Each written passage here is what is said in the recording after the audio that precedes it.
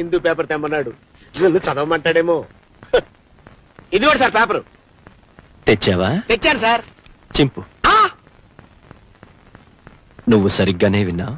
చింపు. Sir చింపు. అలాగే. ఇంకా చింపు. ఇంకా చింపు. చింపు.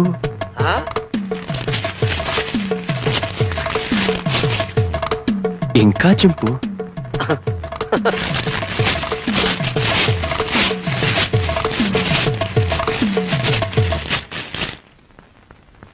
ఇంతెంతగా చింపు. సార్ ప్రపంచంలో ఇంతకంటే ఇంకెవడూ చింపలేడు సార్. Very good. ఇవన్నీ అతికించు.